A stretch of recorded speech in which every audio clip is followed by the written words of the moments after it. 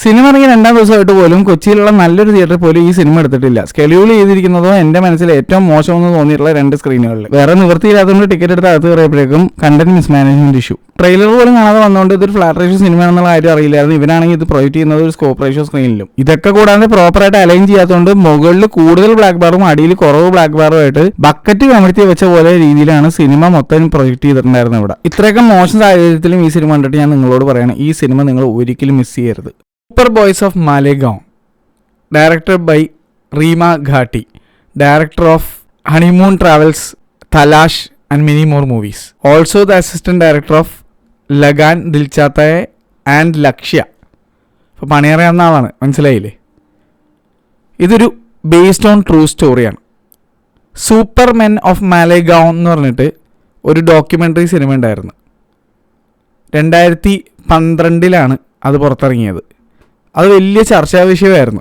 അതിൻ്റെ ഒരു സംഭവം നിങ്ങൾക്ക് എന്താണെന്നുള്ള മനസ്സിലാവണമെങ്കിൽ ആ ഡോക്യുമെൻ്ററി തന്നെ കാണുക. എന്തായാലും ഞാൻ കോളേജിൽ നിന്ന് പഠിച്ചിറങ്ങി കഴിഞ്ഞ് ഏകദേശം 2 കൊല്ലം ആകുമ്പോഴാണ് ഈ സാധനത്തെ പറ്റി ഞാൻ അറിയണം. ഞങ്ങൾ അന്നൊരു സ്പൂഫായിട്ടാണ് കണ്ടത്. ആ ലെവലിലാണ് നമ്മൾ ഈ സാധനം കണ്ടുവച്ചത്. പക്ഷേ എൻ്റെ മോനെ, ഈ cinema directed by Reema Kagti, produced by Tiger Baby Films, അതായത് സോയ അക്തർ, ഫർഹാൻ അക്തർ, റീമ ഘാട്ടി ഇവരെല്ലാവരും ചേർന്നുള്ള പ്രൊഡക്ഷനാണ്. എക്സൽ ഫിലിംസും ഒക്കെ ഉണ്ട്. എൻ്റെ മോനെ, വിഷയം പടം, വിഷയം എന്ന് പറഞ്ഞാൽ വിഷയം. 40 ലേഡീസിന് ശേഷം അത്രയും ക്വാളിറ്റിയിൽ വന്നിരിക്കുന്ന ഒരു ബോളിവുഡ് മൂവി. ലാസ്റ്റ് 20 മിനിറ്റ് ഉണ്ടല്ലോ, ലാസ്റ്റ് 20 മിനിറ്റ്. ഈ ഫുൾ സിനിമ 2 മണിക്കൂറും 14 മിനിറ്റ് അങ്ങനെ എന്തോ ആണ്. ആ ലാസ്റ്റ് 20 മിനിറ്റ് ക്ലൈമാക്സിൽ ഡയലോഗേ ഇല്ല, 0 ഡയലോഗ്, മ്യൂസിക് മാത്രമേ ഉള്ളൂ. പക്ഷെ ഉണ്ടല്ലോ, രോമം എഴുന്നേറ്റ് അമ്മാതിരി കിടിലം ഫീലിംഗ് ആയിട്ടാണ് ഈ സിനിമ ലാസ്റ്റ് 20 മിനിറ്റ് പോണത്. രോമാഞ്ചം അറ്റ് ഇറ്റ് സ്പീക്ക്. സച്ചിൻ ജിഗറാണ് മ്യൂസിക്. എൻ്റെ മോനെ വിഷയമായിരുന്നു, വിഷയം. എനിക്ക് സങ്കടം തോന്നിപ്പോയി. അതായത് ഈ സിനിമ കാണാൻ 10 പേരെ ഇന്ന് PVR ഉണ്ടായിരുന്നത്. പക്ഷേ ദിസ് മൂവി ഡിസേർവ്സ് മോർ. ഞാൻ 40 ലേഡീസ് കാണാൻ ഞാനും അനുപയം എൻ്റെ വൈഫും കൂടി കാണാൻ പോയപ്പോൾ അന്ന് ഇതേപോലത്തെ ഒരു അവസ്ഥയായിരുന്നു. 7 പേരോ 8 പേരോ ആ സിനിമ കാണാൻ ഉണ്ടായിരുന്നത്. പിന്നീട് ആ സിനിമ വിഷയമായി മാറി. ഈ സിനിമ ഒരുപാട് പുറംരാജ്യത്തുള്ള ഫിലിം ഫെസ്റ്റിവലിലൊക്കെ പോയിട്ട് ഒരുപാട് കൈയടി നേടിയ ഒരു സിനിമയാണ്. ഇത് സെപ്റ്റംബറിൽ എന്തോ കഴിഞ്ഞ കൊല്ലമാണ് റിലീസായത് തിയേറ്ററിൽ പുറംരാജ്യത്തൊക്കെ. അതിനുശേഷം ഇപ്പോൾ ഒഫീഷ്യലി ഇന്ത്യയിൽ റിലീസായി. എൻ്റെ മോനെ, ഇതൊന്നും എനിക്കറിയില്ലായിരുന്നു. ഞാൻ വിക്കിപീഡിയ സെർച്ച് ചെയ്തപ്പോൾ ഇതൊക്കെ കാണുന്നത്. ഈ സിനിമ പ്യുവർ സിനിമയാണ്. അതിനകത്ത് അഭിനയിച്ച ഓരോ ആൾക്കാരെ എടുത്ത് പറഞ്ഞേ പറ്റുള്ളൂ.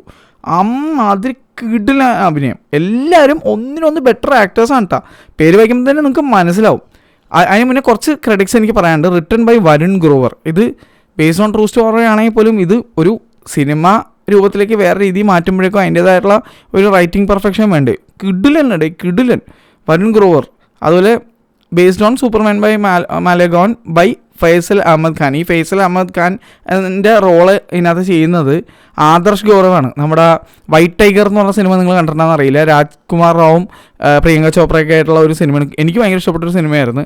എല്ലാവരും കപ്പ് ഓഫ് ടീ അല്ല, പക്ഷേ എനിക്ക് ഭയങ്കര ഇഷ്ടപ്പെട്ടൊരു പടമായിരുന്നു. അപ്പോൾ ആ സിനിമയിലുള്ള മച്ചാനാണ് ഇതിനകത്ത് ഈ ഒരു റോള് ചെയ്യുന്നത്. വിനീത് കുമാർ സിംഗ്. നിങ്ങൾ മുക്കാബാസ് എന്നുള്ള സിനിമ കണ്ടിട്ടുണ്ടോ? അൻഡോ കശ്യപിൻ്റെ. അന്ന് ഇയാളെ മറക്കില്ല. ഗാങ്സ് ഓഫ് വസേപൂറിലൊക്കെ അഭിനയിച്ചിട്ടുള്ള നടനാണ്. കിഡിലൻ ആയിട്ട് ആക്ട് ചെയ്യുന്നൊരു നടനാണ്. ശശാങ്ക് അറോറ. നിങ്ങൾ കണ്ടിട്ടുണ്ടോ അവനെ? അത്രയും ഗംഭീര നടനാണ് ശശാങ്ക്. ഒരുപാട് സിനിമയിൽ ഇതുപോലെ അഭിനയിച്ചിട്ടുണ്ട്. ശശാങ്ക് ഭയങ്കര കിടുവാണ്. ഭയങ്കര കിടുന്ന് പറഞ്ഞാൽ ഭയങ്കര മൂത്തോണിൽ അഭിനയിച്ചിട്ടുണ്ട് ശശാങ്ക്. നമ്മുടെ മലയാളം പടം മൂത്തോണിലൊക്കെ അഭിനയിച്ചിട്ടുള്ളതാണ്. ഭയങ്കര കിടുന്ന ആക്ടറാണ്. അനുജ് സിംഗ് ദുഹാൻ. പിന്നെ അതുപോലെ ഋതിക് കുമാർ ആക്ച്വലി മലയാള സിനിമ പ്രണയ മീനുകളുടെ കടൽ എന്ന് പറഞ്ഞാൽ നമ്മുടെ ഗബ്രിയില്ലേ, ഗബ്രി നമ്മുടെ വിനായകൻ ചേട്ടനൊക്കെ ആയിട്ട് കമൽ സംവിധാനം ചെയ്തൊരു സിനിമയുണ്ട്, പ്രണയ മീനുകളുടെ കടൽ. അതിലെ നടിയാണ്. ആ കുട്ടിയാണ് ഇതിനകത്ത് അഭിനയിച്ചിരിക്കുന്നത്. അടിപൊളി റോളായിരുന്നു. ചെറിയ റോളാണെങ്കിൽ സൂപ്പറായിട്ട് ചെയ്തിട്ടുണ്ടായിരുന്നു. സക്കീബ് അയൂബ് ആസ് ഇർഫാൻ. പെട്ട റോള്. അതുപോലെ തന്നെ ജ്ഞാനേന്ദ്ര ത്രിപാഠി ആസ് നിഹാൽ. ഇവരെല്ലാവരും ഓരോ അഭിനയിച്ച ഓരോരുത്തരും. മുസ്കാൻ ജാഫ്രി ആസ് ഷബാന. അയ്യോ, ഇതിനകത്തുള്ള ലീഡ് ആക്ട്രസ് പുള്ളിക്കാരിയുടെ ഇതിനകത്തുള്ള ഓരോ സീനുണ്ടല്ലോ വെറുതെ കിടുവായിരുന്നു. എനിക്ക് എൻ്റെ ഭാര്യ ഓർമ്മ വന്നു. എന്ന് വെച്ചാൽ എന്ത് ഭ്രാന്തും ചെയ്യാൻ സപ്പോർട്ട് ചെയ്യുന്നൊരു കിടിലം ഭാര്യ. അനുപയ്ക്ക് അങ്ങനെ ഒരു അടിപൊളി കഴിവുണ്ട്. നമ്മൾ എന്ത് പറഞ്ഞാലും അനുപ അതിനകത്ത് സപ്പോർട്ട് ചെയ്യും. എൻ്റെ വൈഫ് അത്രയും ഒരു ജെം ഓഫ് പേഴ്സണാണ്. അപ്പോൾ എനിക്ക് ശരിക്കും അനുപ ഓർമ്മ വന്നു ഈ ഒരു ക്യാരക്ടർ കണ്ടപ്പോഴേക്കും. കിടുവായിരുന്നു. മുസ്കാൻ ജാഫറി വേറെ ലെവൽ പെർഫോമൻസ്. അതുപോലെ കഞ്ചാനി ആസ് നദീം. ഇവരെല്ലാവരും കൂടെ, ഇതൊക്കെ കൂടാതെ വേറൊരു നടി കൂടിയുണ്ട്. ആ നടിയുടെ പേര് തപ്പാൻ ഞാൻ പാടുപെടുകയാണ്, കാരണം കാസ്റ്റിലൊന്നും എഴുതിയിട്ടില്ല ഈ നടിയുടെ പേര്. അപ്പോൾ അതെന്തായാലും, പക്ഷേ എനിക്ക് അത് നോക്കി പറയണം, ഞാൻ എന്തായാലും നോക്കി പറയും. ആക്ട്രസ് നോക്കട്ടെ കേട്ടോ. ആ നടീനെ കാണാൻ ഞാൻ ആദ്യം വിചാരിച്ചത് നമ്മുടെ വെട്ടത്തിലുള്ള നടിയില്ലേ, വെട്ടത്തിലുള്ള നടിയുടെ പേരെന്തോ പാനി എന്നാണ്. ഞാൻ എന്തോ കറക്റ്റ് എനിക്ക് ഓർമ്മ കിട്ടുന്നില്ല. അപ്പോൾ ആ നടീനെ പോലെ ഇരിക്കുന്ന ഒരു നടി, അയ്യോ ഇതിനകത്ത് കിടിലം പെർഫോമൻസ് ആയിരുന്നു. ഇതിനകത്ത് ഈ സിനിമയ്ക്കകത്തുള്ള സിനിമയാണല്ലോ. അപ്പോൾ ആ സിനിമ സൂപ്പർമാൻ ഓഫ് മാലോഗാവ് എന്നുള്ള സിനിമയിൽ അഭിനയിക്കാൻ വരുന്ന ഒരു നടിയാണ്. അത് മാത്രമല്ല ഇതിനകത്ത് ഷോലയുടെ റീമേക്ക്, ഇങ്ങനെ കുറച്ച് സംഭവങ്ങൾ, അത് എന്താണെന്ന് ഞാൻ റിവീൽ ചെയ്യുന്നില്ല, നിങ്ങളിപ്പോൾ കണ്ടു നോക്കുക. ബേസിക്കലി മാലേഗാവ് എന്ന് പറഞ്ഞ സ്ഥലത്ത് ഹിന്ദി പടങ്ങളൊന്നും അങ്ങനെ റിലീസ് ചെയ്യില്ല. അപ്പോൾ അവിടുത്തെ ആൾക്കാർ ചേർന്ന് ഓരോ ഹിന്ദി പടങ്ങളുടെ അവരുടെ വേർഷൻ ഓഫ് ഒരു റീമേക്ക് അല്ലെങ്കിൽ ഒരു സ്പൂഫ് ലെവലൊരു സാധനം ഇറക്കും. അതൊക്കെയാണ് സിനിമ. അപ്പോൾ ഇതിനകത്ത് ഒരുപാട് ഫേമസ് ഹിന്ദി പടങ്ങൾ റീമേക്ക് ചെയ്യുന്നതായിട്ട് കാണിക്കുന്നുണ്ട്. അപ്പോൾ അതിൽ അഭിനയിക്കാനായിട്ട് ആദ്യമായിട്ട് വരുന്ന നടിയുണ്ട്. പുള്ളിക്കാരി കല്യാണം കഴിഞ്ഞൊരു കുട്ടിയൊക്കെ ഉള്ളതാണ്, പക്ഷേ ഭർത്താവിൻ്റെ ക്രൂരതയൊക്കെ സഹിച്ച് ഒരു വിധത്തിൽ എങ്ങനെയെങ്കിലും സിനിമയിൽ രക്ഷപ്പെട്ടിട്ട് കൊച്ചിനെ കൊണ്ട് അവിടെ നിന്ന് രക്ഷപ്പെടണമെന്ന് ആഗ്രഹിക്കുന്ന ഒരു ക്യാരക്ടറാണ്. ആ നടിയുടെ പേരാണ് ഞാൻ ഈ നോക്കണത്, എങ്ങും എഴുതിയിട്ടില്ലെന്നേ, അതാണ് ഏറ്റവും വലിയ പ്രശ്നം. ആ നടിയാണ് ഈ സിനിമയിൽ വൺ ഓഫ് ദി ബെസ്റ്റ് പെർഫോമൻസും കൂടി. പുള്ളിക്കാരുടെ പേര് എനിക്ക് എന്ത് ചെയ്തിട്ട് അവിടെ ഒന്നും കിട്ടണം, ആർക്കെങ്കിലും അറിയാമെങ്കിൽ ഒന്ന് കമൻറ്റ് ചെയ്യുക. ഞാൻ ഇപ്പോൾ അതാണ് നോക്കിക്കൊണ്ടിരിക്കുന്നത് നിങ്ങളോട് സംസാരിക്കുന്നതിൻ്റെ ഇടയിൽ പോലും, പക്ഷെ കിട്ടേണ്ടായിരുന്നില്ല ഇടയിൽ. ഭയങ്കര പാടെന്ന് പറഞ്ഞാൽ മതി. എനിക്ക് ഒരു രീതിയിൽ ആ നടിയുടെ പേര് കിട്ടണില്ല. Anyways, whoever you are man, what a performance. Reema Kagti once again chooses she's an ace film maker. കിടിലം പടം, രോമാഞ്ചിഫിക്കേഷൻ അറ്റ് ഇറ്റ്സ് പീക്ക്. നമ്മുടെ ഈ തമിഴിൽ കാർത്തിക് സുബ്രാജിൻ്റെ ഒക്കെ പടം കാണുമ്പോൾ നമുക്കൊരു ഫീലുണ്ട്, അതായത് ഇതാണ്ട് ആ സിനിമ എന്നൊക്കെ പറയാൻ തോന്നിക്കില്ല. അങ്ങനെ ഒരു സാധനം എനിക്ക് അത്ര ഇഷ്ടപ്പെട്ടു.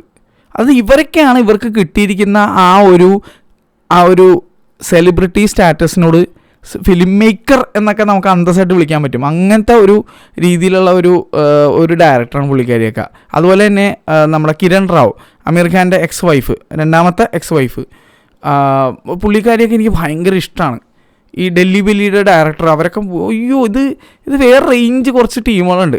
ബേസിക്കലി ഈ അമീർ ഖാൻ്റെ കൂട്ടത്തിൽ നടക്കുന്നവർ, അതുപോലെ തന്നെ നമ്മുടെ ഫർഹാൻ അക്തറിൻ്റെ കൂടെ ഉള്ളവരൊക്കെ, ഫർഹാൻ അക്തറിൻ്റെ സിസ്റ്റർ സോയ അക്തർ ആണെങ്കിലും തന്നെ ഇവർ ഗംഭീര ഫിലിം മേക്കേഴ്സാണ്. എനിക്ക് പേഴ്സണലി ഭയങ്കര ഇഷ്ടമാണ്. ഈവൻ ആസ്പെക്ട് റേഷ്യോയുടെ കാര്യത്തിൽ പോലും ഇവരൊക്കെ ശ്രദ്ധിക്കും. ഈ സിനിമ ഫ്ലാറ്റ് ആസ്പെക്ട് റേഷ്യോയിൽ എടുത്തിരിക്കുന്ന സിനിമയാണ്. മാൻ, ദ മ്യൂസിക്, ദ വിഷ്വൽസ് എല്ലാം കൊണ്ടും അടിപൊളിയായിരുന്നു. ഞാൻ കണ്ടത് 2K 7.1 എന്തുവാണ് DCP, പക്ഷേ അത് തന്നെ ഈവൻ ഞാൻ കണ്ടതൊരു ലേസർ പ്രൊജക്ഷൻ സിസ്റ്റത്തിൽ പോലും അല്ല. ഫ്ലാറ്റ് റേഷ്യോ സ്ക്രീനിൽ ഇടുന്നതിന് പകരം ഈ സിനിമ ഇട്ടിരുന്നത് സ്കോപ്പ് റേഷ്യോ സ്ക്രീനിലായിരുന്നു. ഈ ഞാൻ മൂവാനം കാണാൻ പോയപ്പോൾ ഉണ്ടായ അതേ പ്രശ്നം ഉണ്ടായിരുന്നു, ഇങ്ങനെ ചെരിഞ്ഞിരിക്കണം. മുകളിൽ കൂടുതൽ ബ്ലാക്ക് ബാർ, അടിയിൽ കുറച്ച് ബ്ലാക്ക് ബാർ, ഇങ്ങനെ സൈഡിൽ പില്ലർ ബോക്സിങ് ആയിരുന്നു. കാരണം ഫ്ലാറ്റ് റേഷ്യോ സിനിമ കൊണ്ടുപോയി സ്കോപ്പിലിട്ട് കഴിഞ്ഞാൽ സൈഡിൽ രണ്ടും ഇങ്ങനെ തടിച്ച ബ്ലാക്ക് ബാർ വരും. ഇത് സ്ട്രെയിറ്റ് ബ്ലാക്ക് ബാറും ഇല്ല, ഇങ്ങനെ ചരിഞ്ഞ ഒരു വൃത്തികെട്ട ബ്ലാക്ക് ബാറായിരുന്നു. അയ്യോ, അത് ഭയങ്കര ശോകമായിരുന്നു. ആരോട് പറയാൻ, ആര് കേൾക്കാൻ, എത്ര തവണ. ഇതിപ്പോഴത്തെ ലുലു PVR ഈ പരിപാടി തുടങ്ങിയത് എനിക്ക് സങ്കടമുണ്ട്. ഇത് കാണേണ്ടിയിരുന്നത് ഒരു ലേസർ പ്രൊജക്ഷൻ സിസ്റ്റത്തിലാണ്. പക്ഷേ എൻ്റെ ഇവിടെ കൊച്ചിയിൽ ഒരൊറ്റ ലേസർ പ്രൊജക്ഷനുള്ള തിയേറ്ററിൽ ഈ സിനിമയില്ല. ഫോറത്തിൽ പോലും ഇല്ല. ഫോറത്തിൽ പോയി കണ്ടിരുന്നെങ്കിൽ പോലും കുറച്ചുകൂടി എനിക്ക് തോന്നുന്നത് ഇതിനേക്കാളും അതിൻ്റെ ഒരു വിഷ്വൽ ഭംഗി എനിക്ക് ആസ്വദിക്കാൻ പറ്റിയാനെ. ഇവിടെ പോലും ഞാൻ പറയാണ്, ഇതൊരു ഔട്ട്ഡേറ്റഡ് ആയിട്ടുള്ള സീനോൺ പ്രൊജക്ഷനുള്ള ഒരു സ്ക്രീൻ. അതും എൻ്റെ അഭിപ്രായത്തിൽ waste screen off PVR Lulu എന്ന് ഞാൻ കരുതുന്ന ഒരു സ്ക്രീനാണ് സ്ക്രീൻ 4. അവിടെ കണ്ടിട്ട് പോലും ഈ സിനിമയുടെ ആ ഒരു ഫീലിങ്ങും സൗണ്ടും വിഷ്വലും ആക്ടിങ്ങും എല്ലാം കൊണ്ടിട്ട് എനിക്ക് കുളിര് കോരി എന്നുള്ള. അപ്പം ഞാനിത് മര്യാദക്കൊരു നല്ല തിയേറ്റർ കണ്ടതെങ്കിൽ ഒന്ന് ആലോചിച്ച് നോക്കിയേ. ഈ സിനിമ കാണാൻ 10 പേര് കഷ്ടിയുണ്ടായിരുന്നുള്ളൂ. പക്ഷേ ഞങ്ങളെല്ലാവരും രോമം എഴുന്നേറ്റ് നിന്ന അവസ്ഥയായിരുന്നു. സിനിമ കഴിഞ്ഞിട്ട് ഞാനിങ്ങനെ ഫ്രണ്ടിലുള്ളവരും ബാക്കിലുള്ളവരൊക്കെ നോക്കുമ്പോൾ എല്ലാവരും കണ്ണൊക്കെ ഇങ്ങനെ നനഞ്ഞിരിക്കുകയാണ്. എല്ലാവരും ഇങ്ങനെ ഇങ്ങനൊരു ഫീലിംഗ് ഇതിനു മുന്നേ ഉണ്ടായത് എപ്പോഴാണെന്ന് അറിയാമോ? കിഷ്കിൻ്റെ കാണ്ടം കണ്ടപ്പോഴായിരുന്നു. അയ്യോ, അതുപോലെ ലാപ്പത്ത ലേഡീസ്, അത് എന്ത് പടം വരുന്നുണ്ട് ഇതൊക്കെയാണ് നമുക്ക് വല്ലപ്പോഴും മാത്രം കിട്ടുന്ന ഒരു സിനിമ എന്ന് പറയണത്.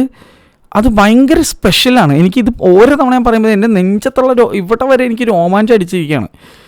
അത്രയും ഗംഭീര സിനിമ. എനിക്ക് വേറൊരു സിനിമ കാണണമെന്ന് ആഗ്രഹം ഉണ്ടായിരുന്നു, പക്ഷേ എനിക്ക് സാധിച്ചില്ല. കാരണം ഈ സിനിമ അത്രയും എനിക്കങ്ങോട്ട് ഇഷ്ടപ്പെട്ടിട്ട് എനിക്കിത് മാത്രം ചിന്തയിലുള്ള അങ്ങനത്തെ ഒരു അവസ്ഥയിലാണ് ഞാൻ ഇവിടെ നിന്ന് ഇറങ്ങുന്നത്. അത് അത്രയും ഗംഭീരമായിട്ട് എനിക്കത് അനുഭവപ്പെട്ടു. അത് എനിക്കറിയില്ല അതെങ്ങനെ എക്സ്പ്ലെയിൻ ചെയ്യണമെന്നത്. ഇത് ഞാൻ പറഞ്ഞില്ല, ലാപ്പത്ത ലേഡീസ് എന്നുള്ള സിനിമ നിങ്ങൾ കണ്ടിട്ടുണ്ടെങ്കിൽ നിങ്ങൾക്ക് ഞാൻ പറയുന്നത് മനസ്സിലാക്കാൻ പറ്റും. വളരെ റെയറായിട്ട് അതുപോലൊരു സിനിമ നമുക്ക് കിട്ടുള്ളൂ. അതും ബോളിവുഡിൻ്റെ ഇപ്പോഴത്തെ അവസ്ഥയെന്നൊക്കെ പറഞ്ഞാൽ ഉള്ള പഞ്ചാബി പാട്ടൊക്കെ കുത്തിക്കയറ്റി പിന്നെ കുറേ ചവർ പരിപാടിയൊക്കെ ആയിട്ട് ആകെ ബോളിവുഡ് കുളമായിട്ടിരിക്കുമ്പോഴാണ് ഇങ്ങനെ കുറച്ച് സിനിമകൾ വരുന്നത്, ലാപ്പത്ത ലേഡീസൊക്കെ പോലെ. അതിൽ പെടുത്താൻ പറ്റുന്ന ഒരു സിനിമയാണിത്. ആ ലെവൽ ഓഫ് ഒരു എല്ലാം കൊണ്ടും സിനിമ എന്നുള്ള രീതിയിൽ making, quality film, quality direction, കിടില മ്യൂസിക് എല്ലാം ഒത്തുചേർന്നൊരു സിനിമ വരുന്നതെന്ന് പറയില്ല. അതായത് രോമാഞ്ചം അടിപ്പിച്ചു, കരയിപ്പിച്ചു, ചിന്തിപ്പിച്ചു, ചിരിപ്പിച്ചു. അങ്ങനെ നമ്മൾ പറയില്ലേ ഒരു സിനിമയുടെ എല്ലാം തികഞ്ഞൊരു പടം എന്നൊക്കെ പറയില്ല, അങ്ങനത്തെ ഒരു സാധനം.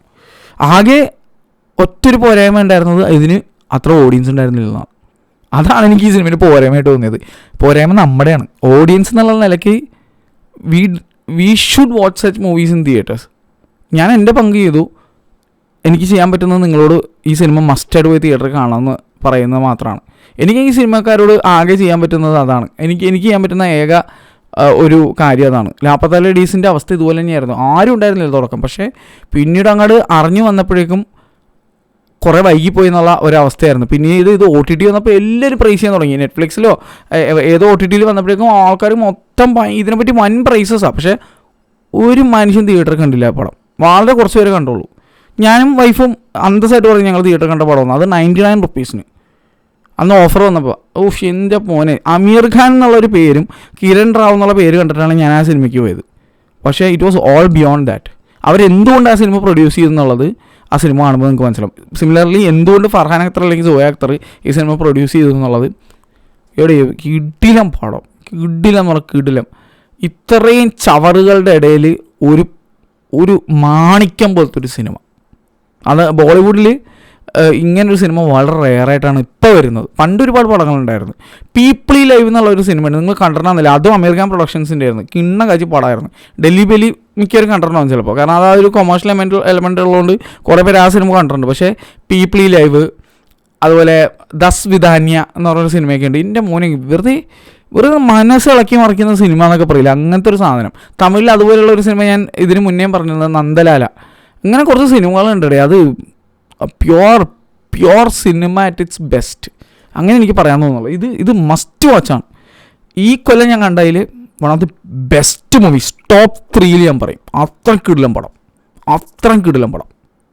എനിക്ക് അത്ര ഇഷ്ടപ്പെട്ടു. അതുകൊണ്ട് ഞാൻ പറയാനാണ്, ലൈക്ക് എനിക്കറിയില്ല ഇത് എത്ര പേര് തിയേറ്ററിലൊക്കെ കാണും എന്നുള്ളത്, എത്ര ദിവസം ഉണ്ടാവും എന്നുള്ളത്. ഈ സിനിമ ഇന്നലെയാണ് ഇറങ്ങിയത്, ഇന്ന് തന്നെ ആളില്ല.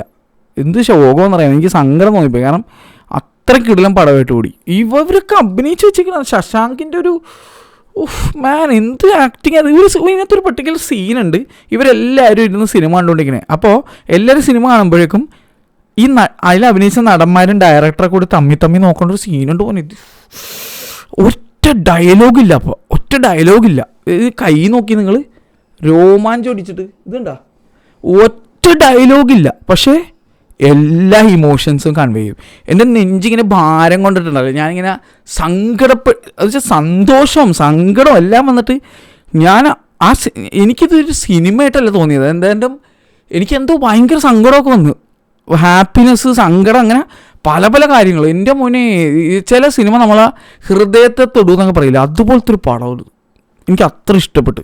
ഇത് OTTയിലൊന്നും കണ്ടാൽ നിങ്ങൾക്കത് ഫീൽ ചെയ്യുന്ന പോലും എനിക്ക് തോന്നണില്ല.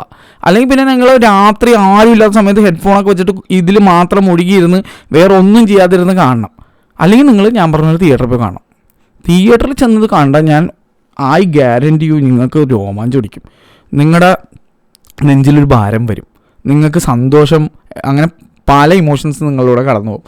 ഇതിനകത്ത് ഒരു ഹെവി ബ്രേക്കപ്പ്, അതായത് രണ്ടുപേരും തമ്മിൽ ചീറ്റ് ചെയ്യുകയോ ഒന്നുമല്ല, ഒരു അപ്പോഴത്തെ അവസ്ഥ കാരണം വിട്ടുപിരിഞ്ഞു പോകേണ്ട ഒരു സീനുണ്ട് ഇതിനകത്ത് അത് കാണിക്കണം. ഈ വോക്കിസം പരിപാടി അങ്ങനത്തെ സെറ്റപ്പ് ഒന്നുമല്ല. ഇതിന് നാച്ചുറലായിട്ട് തമ്മിൽ റെസ്പെക്റ്റ് എന്താണെന്ന് കാണിക്കുന്ന ഒരു സീനൊക്കെ ഉണ്ട്. ഒരു കപ്പിള് അടിച്ച് പിരിയാതെ എങ്ങനെ മാന്യതയോടെ, അതൊക്കെ എന്ത് രസമായിട്ടാണ് ചെയ്ത്, എങ്ങനെയാണെന്ന് അറിയാമോ? അത് നമുക്കിത് കാണുമ്പോൾ നമ്മുടെ ലൈഫിൽ ആരെങ്കിലുമൊക്കെ നമുക്ക് ഓർമ്മ വരും, നമുക്ക് റിലേറ്റ് ചെയ്യാൻ പറ്റും. അത്ര റിലേറ്റബിളാണ് ഈ മൂവി. പിന്നെ അതുപോലെ തന്നെ ഇതിൽ ഓരോ ക്യാരക്ടേഴ്സും ഭയങ്കരമായിട്ട് നൊസ്റ്റാൾജി അടിക്കും. കാണിക്കുന്ന കാലഘട്ടം അങ്ങനെയാണ്. On being an 80s kid, ഞാൻ 90s പോലും അല്ല, 80s 89 ബോണാണ് ഞാൻ. അപ്പോൾ എന്താണെന്നറിയില്ല, എനിക്ക് ഭയങ്കരമായിട്ട് നൊസ്റ്റാൾജി അടിച്ചു. പല കാര്യങ്ങളും അറ്റൻഷൻ ടു ഡീറ്റെയിൽ എന്നൊക്കെ പറയൂലേ, ആകെ ഒറ്റൊരു സാധനം മാത്രമാണ് എനിക്ക് തോന്നിയത് ഒരു അടുത്ത് പാളിപ്പോയി. അത് ക്യാമറ വെച്ചിരിക്കുന്ന ട്രൈപ്പോഡ് കാണിച്ചിരിക്കുന്ന മാൻഫ്രോഡുടെ ട്രൈപ്പോഡായിരുന്നു. അത് അക്കാലത്ത് എന്താണെന്ന് എനിക്കറിയില്ല കേട്ടോ. ഇനി അത് കറക്റ്റായിട്ടുള്ള ആ കാലത്തുള്ള ട്രൈപ്പോഡാണെന്ന് എനിക്കറിയത്തില്ല. എനിക്ക് മാൻഫ്രോഡോ എൻ്റെ അറിവിൽ ഇറ്റലിയിൽ നിന്ന് ഇവിടെ വന്നത് കുറേ പിന്നീടാണെന്ന് തോന്നുന്നത്. I'm not very sure. അപ്പോൾ ആ ഒരു സാധനം ഒഴുകി ബാക്കിയൊക്കെ എല്ലാം ഓരോന്നും അറ്റൻഷൻ ടു ഡീറ്റെയിൽ, അതിനൊക്കെ അസിസ്റ്റൻറ്റ് ഡയറക്ടേഴ്സിനെയൊക്കെ പ്രത്യേകം എടുത്ത് പറഞ്ഞേ പറ്റുള്ളൂ. അവരാണ് അതൊക്കെ നോക്കുന്നത്. ഓരോ കാര്യങ്ങളൊക്കെ സെറ്റ് ഡിസൈൻ ആയിക്കോട്ടെ, ഓരോ കാലഘട്ടത്തിനോട് നീതി പുലർത്തുന്നതായിക്കോട്ടെ, ഓരോ minute music, editing, complete cinema at its best, Bollywood at its best. അതാണ് ഈ സിനിമ. ഞാൻ ഇനി വേറെ പറയാനുള്ളത്, ഇതിക്കുള്ള എനിക്ക് എന്താ ഞാൻ പറയാൻ പോയാൽ എനിക്ക് ഇഷ്ടം പോലെ ഉണ്ടോ പറയാം. പക്ഷേ ഇത് ഞാൻ എത്ര പറഞ്ഞിട്ടും കാര്യമില്ല. ഈ സിനിമ നിങ്ങൾ കണ്ടു കഴിയുമ്പോൾ നിങ്ങൾക്ക് മനസ്സിലാവും എന്തുകൊണ്ട് ഞാൻ ഇങ്ങനെ പറഞ്ഞു എന്നുള്ളത്. ഒരു കമേഴ്ഷ്യൽ പടമോ അല്ലെങ്കിൽ ഒരു എന്താ പറയുക, ഒരു തട്ടിപ്പൊളിപ്പൻ അല്ലെങ്കിൽ ഒരു പോപ്കോൺ പടം കാണാൻ പോയാൽ നിങ്ങൾക്ക് ഇത് സാറ്റിസ്ഫൈ ആവുമെന്ന് തോന്നണം. അങ്ങനത്തെ പടം പ്രതീക്ഷിച്ച് പോകരുത്. പക്ഷേ നിങ്ങൾക്ക് ഞാൻ പറഞ്ഞ പോലെ 44 ലേഡീസ് എന്നുള്ള സിനിമ ഇഷ്ടപ്പെട്ടിട്ടുണ്ടെങ്കിൽ, ആ സിനിമയെ നിങ്ങൾ വാല്യൂ ചെയ്യുന്നുണ്ടെങ്കിൽ, ആ സിനിമ ഒരു ഗംഭീര പടമായിട്ട് തോന്നിയവരാണെങ്കിൽ ഈ സിനിമ കണ്ടു നോക്കാം. നിങ്ങൾക്ക് ഭയങ്കരമായിട്ട് ഇഷ്ടം. അതാണ് എനിക്ക് പറയാനുള്ളത്. Anyways, I M so happy that I watch this movie in theatre. എനിക്ക് അന്തസ്സായിട്ട് പറയാം, ഞാനത് തിയേറ്ററിൽ കണ്ട പടമാണ് മോനെ എന്നൊക്കെ. ഇത് എനിക്ക് ഉറപ്പാണ്. ഇൻ ടൈം എല്ലാവരും ഇത് OTT വരുമ്പോൾ പറയും, എൻ്റെ മോനെ കിടിലം പടമെന്ന് ഉറപ്പായിട്ട് പറയും. എനിക്ക് ഷുവറാണ്. അപ്പോൾ എന്തായാലും thank you so much Reema Kagti. What a wonderful filmmaker you are. And thank you so much Farhan Akhtar and Zoya Akhtar and Ritesh for producing this movie. Bollywood at its best. Bollywood ചത്തിട്ടില്ല മക്കളെ. ഓരോ കൊല്ലം remind ചെയ്യാൻ at least ഒരു പടമെങ്കിലും വരും. ഇക്കൊല്ലത്തെ 44 ladies ഈ പടമാണ്. എനിക്ക് പറയാനുള്ളത് കിട്ടില്ല പടം. അപ്പോൾ എന്തായാലും നിങ്ങൾ പടം കണ്ടവരാണെങ്കിൽ അഭിപ്രായം എങ്ങനെ ഉണ്ടെന്നുള്ളത് പറയുക. കാണാതെ അഭിപ്രായം പറയല്ലേ ദയവ്. ഈ സിനിമ മാക്സിമം കാണാൻ നോക്കുക. ഇതൊരു ഹിന്ദി സിനിമ എന്നുള്ള രീതിയിൽ പോലും അല്ല, നിങ്ങളൊന്ന് കണ്ടു നോക്ക്, നിങ്ങൾക്ക് ഇഷ്ടപ്പെടൂടെ. എൻ്റെ മനസ്സ് പറയാണ് മിക്കവർക്കും ഈ സിനിമ ഇഷ്ടപ്പെടും എന്നുള്ളത്. ഇത് കാണാൻ ആളില്ല എന്നുള്ളതാണ്. അതെനിക്ക് ഏറ്റവും വലിയ സങ്കടമായിട്ട് തോന്നി. എന്തായാലും കിടിലം പടം. One among the best this year. Top 3 definitely.